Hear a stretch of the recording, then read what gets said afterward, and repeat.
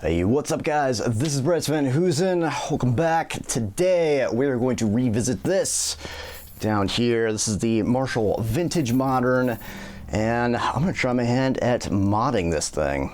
Alright, so this will be my first time ever actually modifying an amp, but I saw a video on the Headfirst amplification channel that laid everything out and made it look really easy, so I'm pretty good with a soldering iron, and I've modded, you know, a number of pedals and that sort of thing, and put pickups in a guitar, whatever. So I'm kind of thinking to myself, how hard could it be? So we'll see if this is a complete disaster or not. All right, so let's hear the before sound. Right now I'm playing this Charvel Dinky with an EMG 81 and an 85 in the neck, going into my pedal board, and then going into this Marshall Vintage Modern 50 watt combo. And then from the Fryette Power Station, I am going to direct out into my Universal Audio Apollo, and then using some IRs on this thing. So this is the high dynamic channel, no boost, no nothing, just a noise gate to cut down on noise, and this is basically what it sounds like.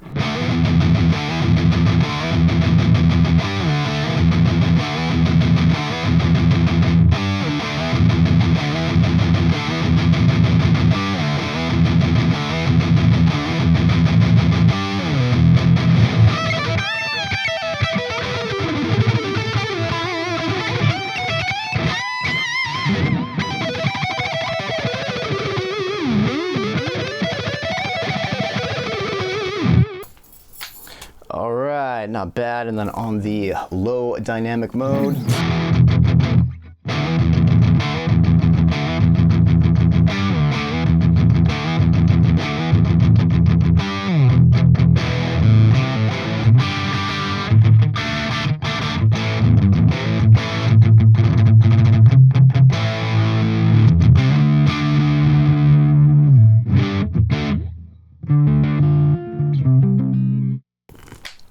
yeah, I'm honestly not really sure what you would use that one for. Pretty much play it only in the high dynamic mode.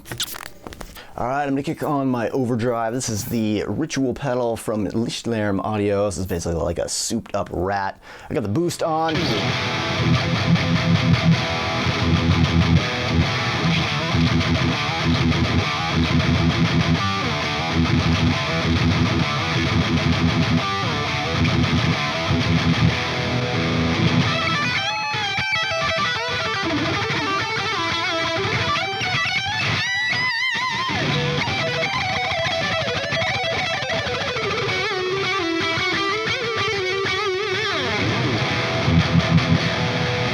So that is the high dynamic mode, low dynamic mode with boost.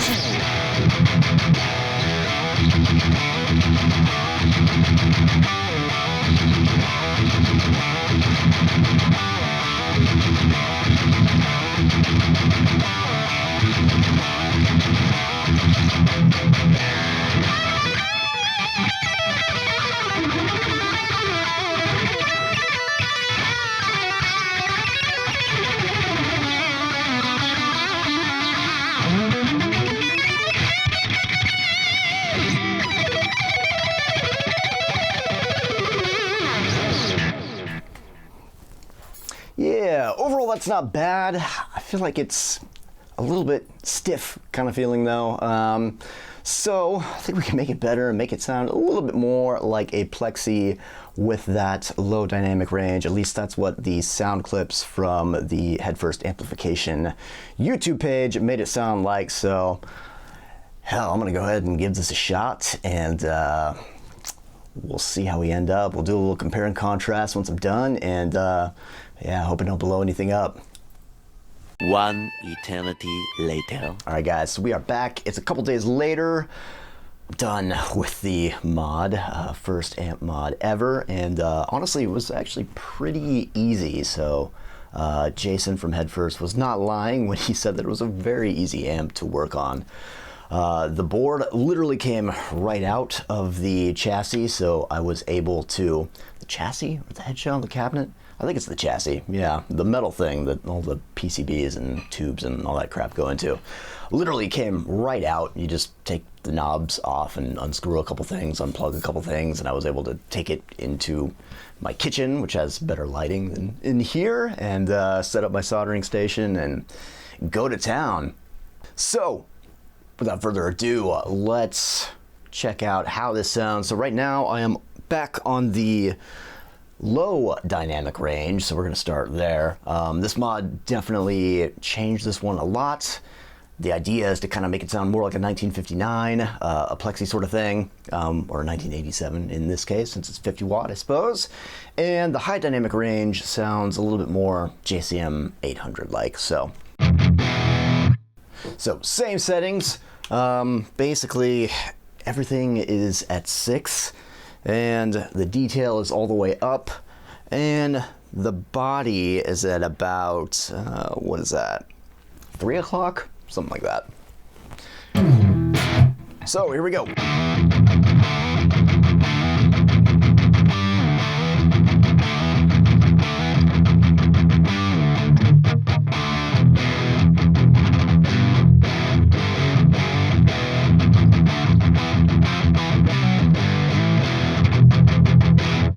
And again, that is with no pedals at all. I'm just going straight from this Charvel mutt guitar that I made, dinky with an EMG 81 in the bridge, straight into the modified Marshall Vintage Modern.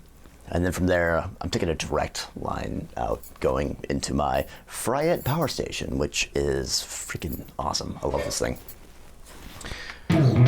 Yeah, so as you can hear, definitely a lot more crunchy, a lot more, I don't know, just got more of that that kind of Marshall vibe. It doesn't sound quite as, I guess, cold. It is a little bit more hairy, which I imagine people probably will not like. It doesn't really do a clean thing anymore, but who, I guess, uses a Marshall for cleans? Some people do. But I can say, after having played with this for a couple days, and the modification, you know, it held completely, I really like this channel, and I never used this channel before, like, at all. So, all right. Switch over to the high dynamic range. Again, this is going to sound more kind of like a JCM 800 sort of thing.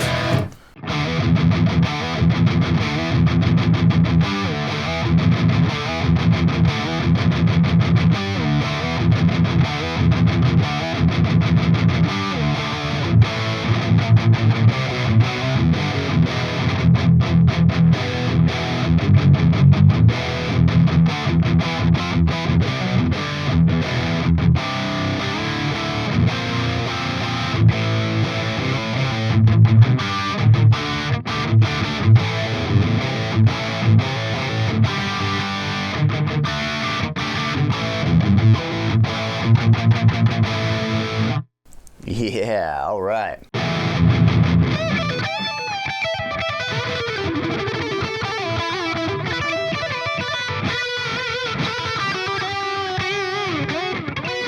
Oops.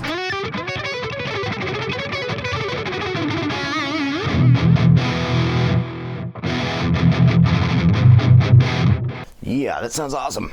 All right, so I'm gonna kick on the Lichtlerm Audio Ritual pedal, which is basically like a souped up rat. It's what I like to boost my amps with. Let's hear how that sounds. All right, I'm gonna switch back to the low dynamic range.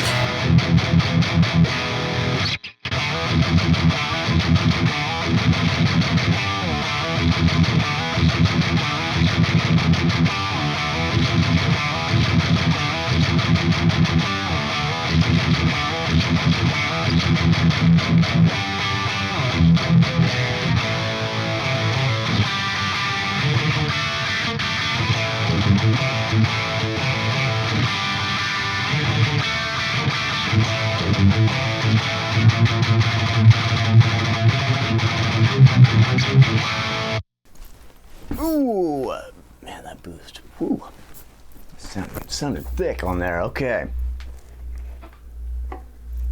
was that? Oh man, it's my dishwasher. I thought I was having some weird ground issue here.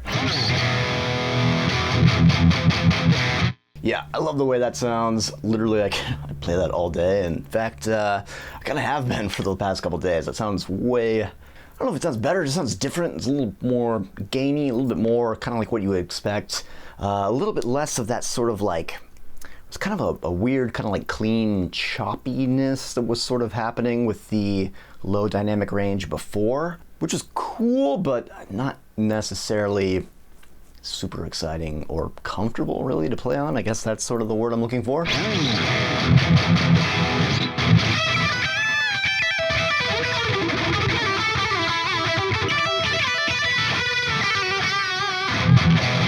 Now we're just like right in plexi territory.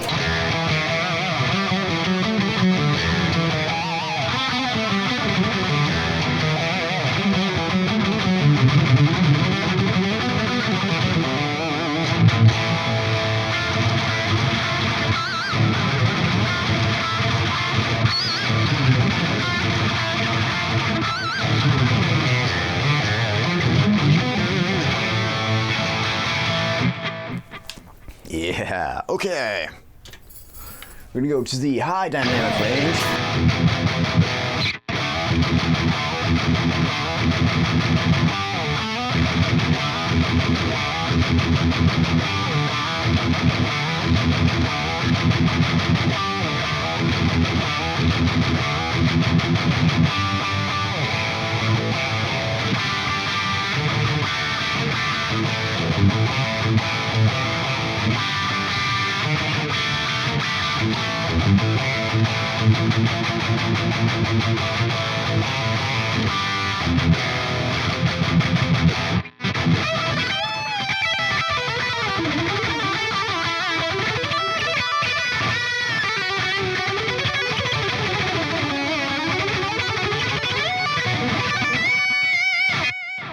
Woo! Yeah, all right. Do some heat on that one. And yeah, man, that's pretty much it. Just kind of want to make a quick video documenting this process, sort of my first foray into the realm of doing any kind of amp modification. Again, the Headfirst video, which I'll link to in the description if you want to attempt this for yourself, made things super easy. Just kind of printed out a schematic, yeah, printed it out sort of, you know, boomer style, and then went through, followed along with what Jason was going through, and really it's kind of just paint by numbers, you know? It's like, cool, R2, we're gonna change from this value to this value. Cool, C1, which really makes me laugh because the capacitor that I put in for C1 is ridiculously huge, and I had some trouble actually getting it to fit in that small little spot where the really tiny capacitor went in. Which is strange, kind of an aside, if you look at the PCB for the 800 or the 1959 or anything that kind of has that Marshall ST1 board, there's a huge spot for the C1 capacitor, but on the Vintage Modern it was this little tiny thing, so that makes me laugh. Anyway, yeah, basically it's really just kind of paint by numbers, you know? Everything's labeled, everything is just follow directions, and there you go. Again, I've never modded an amp. I've modded pedals before. I can solder relatively well. Yeah, as long as you're able to follow directions, it's pretty dang easy, especially with this amp. They made it super easy to work on, which is nice. I know a lot of amps, not always like that. Looking at you, 5150, haha. And yeah, that's really it. Just kind of a quick before and after, mostly for my own knowledge so I can compare. I'll do some side-by-sides so you can kind of hear everything back to back, since I kind of tend to forget how things sound. So I think this will be pretty interesting, especially for me. I'm curious. Anyway, let me know what you thought. Do you like modding amps? Are you into that sort of thing? Would you modify your Vintage Modern? Should I have modified my Vintage Modern? Let me know in the comments below, and I will catch you next time.